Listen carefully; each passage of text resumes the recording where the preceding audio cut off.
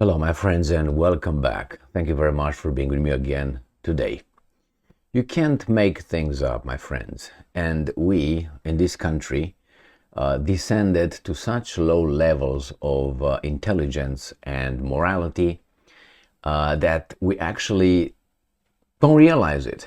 So we're so delusional that we don't understand that actually we are in very, very bad shape. And it's very easy to see the shape this country is in. By, for instance, the things that become mainstream and are acceptable. I will give you a direct example. And if you have any doubts, that what I'm saying right here is an example of the low level of intelligence of the guys in charge, maybe, and the audience, and with the complicity of the mass media, then I don't know, maybe you're part of the thing. I can't say what, I don't want to call it a problem, but it is a problem. Let me show you. Here we have this article from Ukrainska Pravda. If North Korea supplies ammunition to Russia, it will become complicit in killing Ukrainians. Pentagon says, this American person says that if North Korea does a little bit of what we've been doing for about a year and a half, multiplied by 100, you guys are going to be complicit in, and I'm going to put a moral or an ethical shape to that, complicit in killing Ukrainians. But we are not complicit in killing Russians. Now, people may say certain things. Their freedom of speech should be respected. But I should also have the freedom of speech and calling it out as it is. You're an idiot. And you're a very, very dangerous person because you're not just at all. You're not fair. You're not just. Now, it's so easy. It's so right there. This person comes and says, if you do the same thing I did, but I did it 50, 100 times more than you did it, it's going to be more than 100 times, you, and I'm going to put it, are in charge. Is because of you, those guys are killed. But not like this.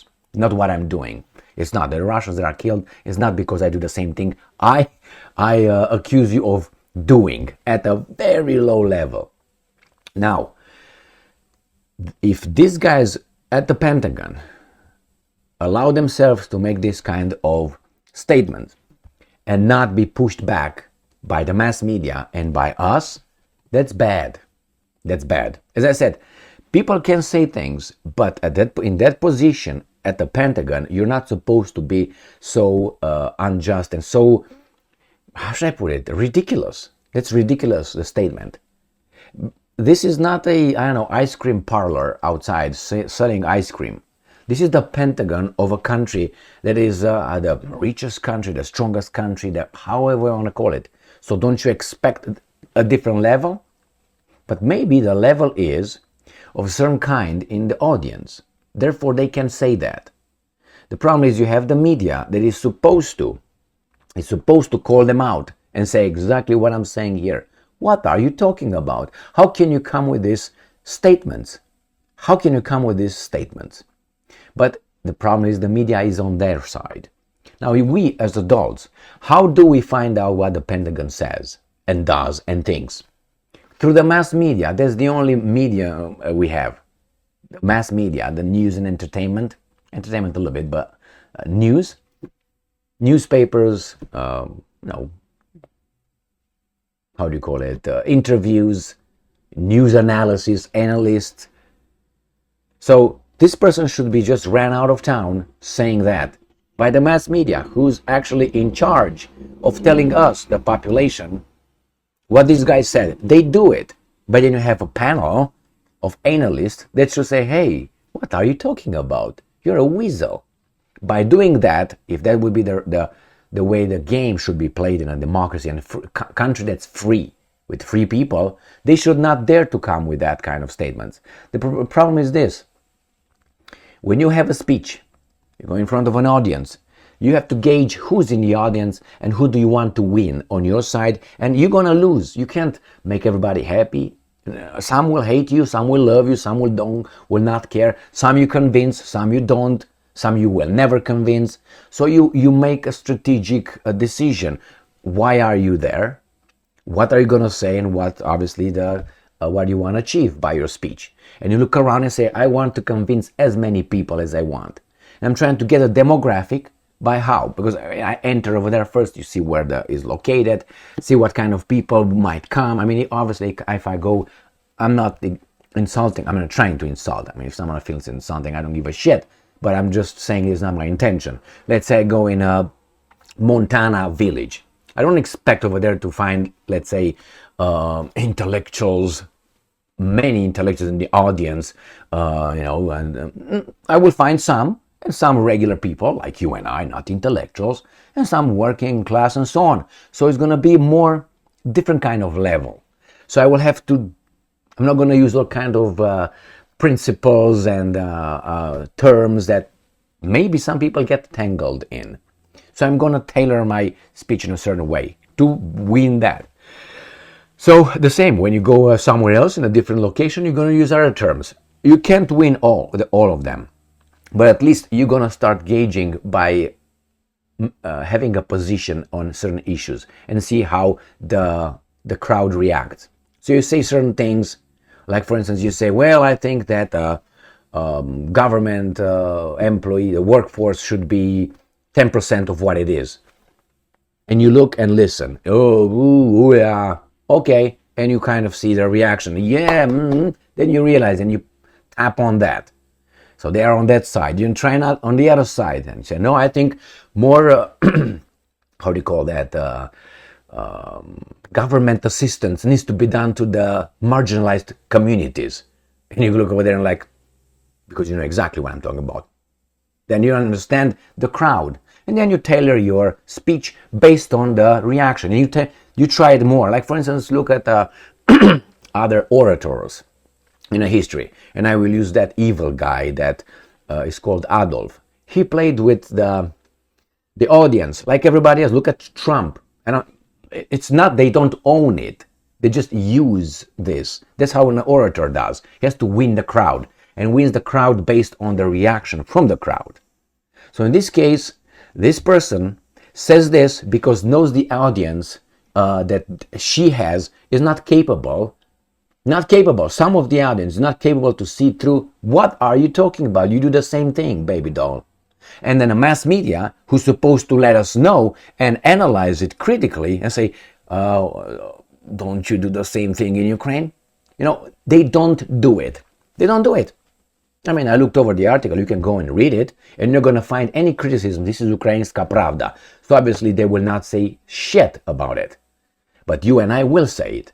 But the fact that they dare to come in front of right over there, the Pentagon, they come right over there behind, you see the Pentagon, Washington, and say such an idiocracy, that they have the courage, or they know the audience will not pick on that, or the mass media will spin it in a positive way, will ignore the statement and say, wait a minute, you're a hypocrite. You are a hypocrite. So anyway, my friends, you give tanks, airplanes, long-range missiles now. You give everything, billions, hundreds of billions. They want more than $100 billion spent in Ukraine. And you talk about those guys giving ammunition. And by the way, you said that North Korea is a garbage thing, right? They don't have anything. They're starving. They don't have ammunition. They don't produce shit. So why are you concerned, homie? Why are you concerned? You shouldn't be, right? If it's all rusty and garbage. They say, well, they have a massive stockpile of ammunition that the Russians can use. Yeah, but if they don't, they jam. According to these guys, the same with the Russians. Somehow, the Russians army is as it is. Their weapons are garbage. But somehow you cannot beat them.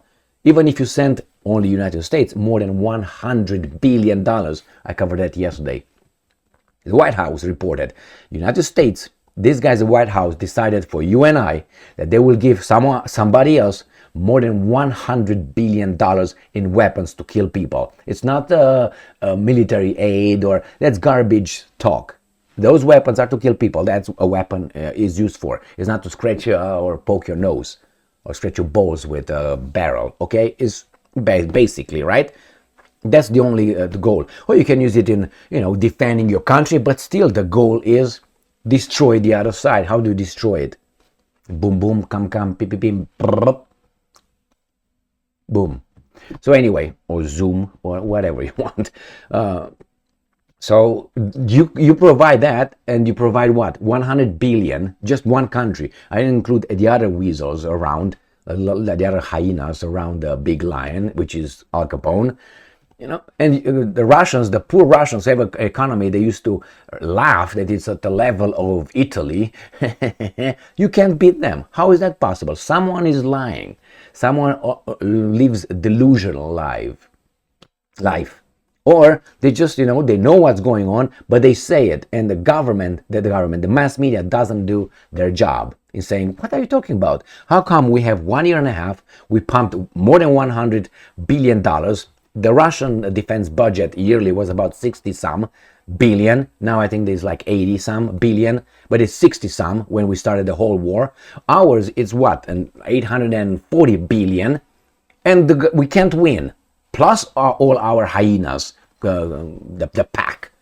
So that means those are not garbage, or ours are garbage, or both in the same time, They're not garbage, ours are garbage, and they're not losing with all the volume that we sent over there. I mean, they don't ask this kind of questions, and now they care about North Korea. I thought North Korea has garbage weapons. All of a sudden, it's a threat.